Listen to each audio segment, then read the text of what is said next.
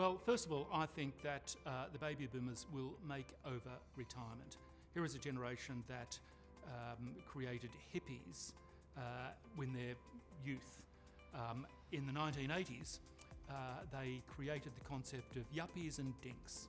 So from hippies to yuppies to dinks to sea changers, they ain't going to retire and not do something with that space. Well, they're going to sit at home and watch daytime television, mind the grandkids? No, they're not going to do that for 30 years in retirement. They've got too much to contribute. These are often tertiary educated people with skills, with abilities, and I think with the desire to make a contribution. So I think that retirement is set for a makeover, a reimagining, boldly, outrageously. How would the baby boomers reimagine retirement from, let's just say, 60 onwards? So that might involve some work in a part-time capacity, might be some mentoring as well. It might be the odd cruise with your partner. It might involve some sort of physical activity, golf or whatever it is, and connection with children and grandchildren, all of those sorts of things. So you can see, well, that's a great life to have.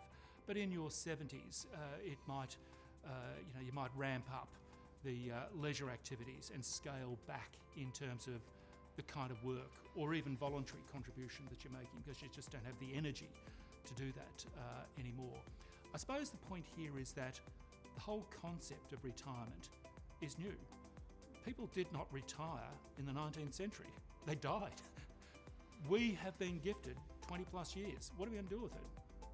Sit around and mope and feel sorry for ourselves? Or are we going to energetically coordinate and reimagine the contribution we can make to ourselves and our own wellness and dignity, to our families and extended families, to our communities, and to the nation? That is where I think we're going. And we just need someone in the baby boomer or Gen X generation to step up and say, here is the vision for the way forward. And I think you'll have 5 million baby boomers saying yes.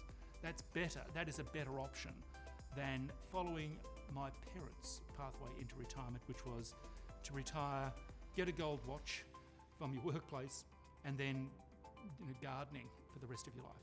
No, there is a better, more engaged, more contributory way of living in those life's later years, which is better for you, better for everyone in society.